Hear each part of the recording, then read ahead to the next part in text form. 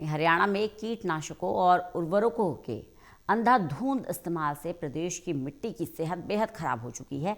ऐसे हालात से निपटने के लिए कृषि वैज्ञानिक क्या कुछ तैयारी कर रहे हैं, इसी पर ज्यादा जानकारी के लिए हिसार की चौधरी चरण सिंह हरियाणा एग्रीकल्चर यूनिवर्सिटी के director research doctor Rajveer Garg से खास बातचीत की है total news associate editor doctor Mahesh Kumar ने।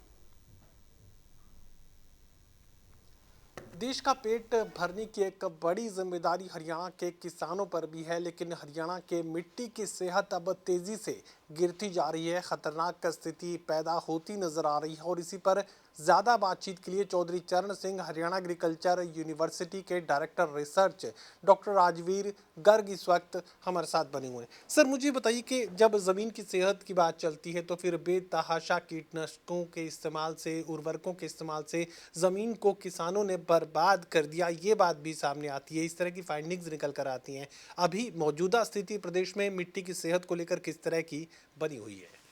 जहाँ तक देखें तो हम मिट्टी की सेहत पूरे उत्पादन प्रक्रिया में सबसे महत्वपूर्ण कड़ी है। हमने हरित क्रांति जब शुरू हुई 1970 के दशक में, अगर वो स्थिति देखें और आज की स्थिति देखें तो मृदा की जो उपजाऊ शक्ति है वो घटी है। जहाँ तक आपने जिक्र किया कीटनाशकों का प्रयोग और खादों का प्रयोग, विश्वविद्यालय द्वारा हर फसल के लिए और हर स्थिति के लिए कीटनाशकों की भी सिफारिश की गई है और पोषक तत्वों को जो खादों का प्रयोग करना है उसकी भी सिफारिश की जाती है। तकरीबन देखा गया है कि किसान ज़रूरत से ज़्यादा पेस्टिसाइड डालता है और ज़रूरत से ज़्यादा खादों का भी प्रयोग करता है। उसके जो है संभावित अगर नतीजे देखें तो उससे एक तो किसान का पैसा बर्बाद होता है, वातावरण पर बुरा प्रभाव पड़ता है और मिट्टी की सेहत पर भी बुरा प्रभाव पड़ता है। इन चीज़ों को हमने एड्रेस करना ज़रूरी है। माननीय कुलपति महोदय प्रोफेसर BR कंबोज के नेतृत्व में हम लगातार ये कैंपेन चला रहे हैं कि आप अगर विश्वविद्यालय सिफारिशशुदा खादों का प्रयोग करोगे, संतुलित खादों का प्रयोग करोगे, मिट्टी जांच के आधार पर खादों का प्रयोग करोगे और उन्हीं पेस्टिसाइड का प्रयोग करोगे जो विश्वविद्यालय द्वारा सिफारिश की गई, उसी मात्रा में प्रयोग करोगे तो कोई चिंता का विषय नहीं। सब कुछ चीज़ें बरकरार रहेंगी, उपजाऊ शक्ति बरकरार रहेगी।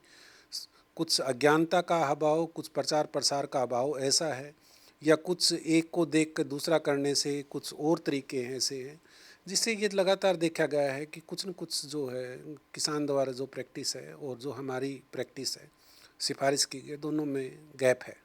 वास्तविक स्थिति को अगर समझने की कोशिश की जाए तो मिट्टी की सेहत के लिहाज से हरियाणा में इस वक्त क्या कुछ स्थिति बनी हुई है और इस हालात से निपटने के लिए क्या कुछ तैयारी वैज्ञानिकों की तरफ से की जा रही है? क्योंकि एडवर्टीजमेंट इस तरीके के की जाते हैं कि उत्पादन बेतहाशा बढ़ेगा, जिसकी वजह से बेतहाशा इस्तेमाल अलग अलग तरह के कीटनाशकों का किसान अपनी फसलों पर कर रहे हैं, बेतहाशा इस्तेमाल उर्वरकों का किया जा रहा है।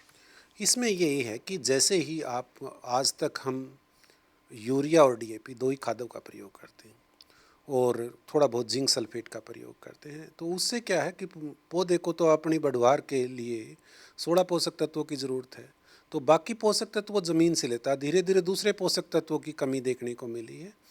तो इसमें दो बातें किसानों के लिए, एक तो उसको ये लिए पहचानना अभी किस पोषक तत्व की कमी है और उसका क्या निदान है। उसको मिट्टी की जांच पर आधारित हो सकता है और जब मान ले किसी पोषक तत्व की कमी होगी तो पौधा एक पर्टिकुलर टाइप के डेफिशिएंसी सिम्टम देगा, जिससे हम पहचान सकते हैं कि इस पोषक तत्व की कमी है।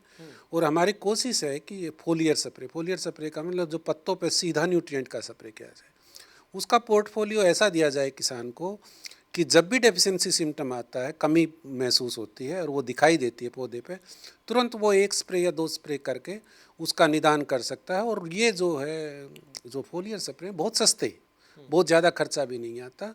तो यूरिया की मात्रा का संतुलित प्रयोग करना बहुत ज़रूरी है। सबसे बड़ा जो कल्प्रिट पूरे सिस्टम में वो यूरिया है। यूरिया की मात्रा ज़्यादा प्रयोग हो रही, इससे फ़ायदा नहीं बल्कि कीड़े बीमारियों का प्रकोप बढ़ता है और वातावरण में भी जो ग्रीन हाउस गैस हैं उनका भी दिक्कत है।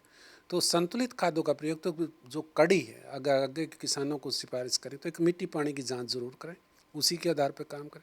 एक फसल अवशेष प्रबंधन, हमें लगता है कि ये एक ज़मीनी ऐसी सच्चाई है जिससे हम मिट्टी की सेहत सुधार सकते हैं। जितना भी फसल अवशेष बचता है, आपको कोशिश करो ज़्यादा से ज़्यादा उसका जो है ना मिट्टी में मिलाएं, उससे जो है मिट्टी की सेहत सुधरेगी।